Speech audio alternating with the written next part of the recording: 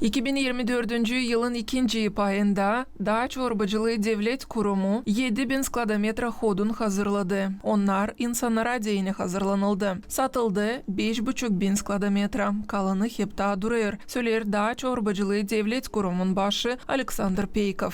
Hodun satılır ama değil ölen nice satılarda 2022 hem 2023 yıllarda öyle büyük ajataj yok.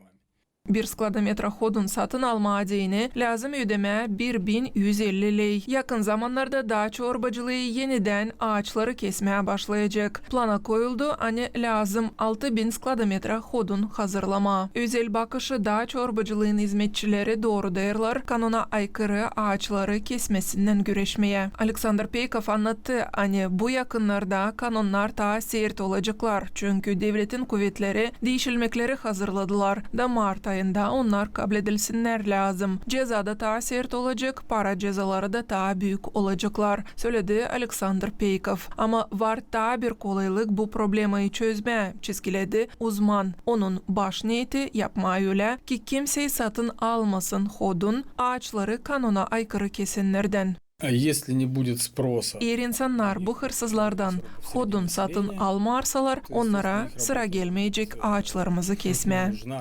Dağ çorbacılığı birlikte primariyalarla işler. Onlar dağ meraların sayısını zedelediler. Bu takım dikildi artık 300 hektar genç dağ. Bu sayıda 190 hektar hani 2024 yılın içinde dikildi. Alexander Peykov çizgiledi, hani bu kış havalar sıcak. Bu üzere dağ çorbacılığının hizmetçileri kendi işlerini ilerlediler. O açıkladı, hangi primariyalar en aktif pay alırlar bu işte. Это Дизгинджа.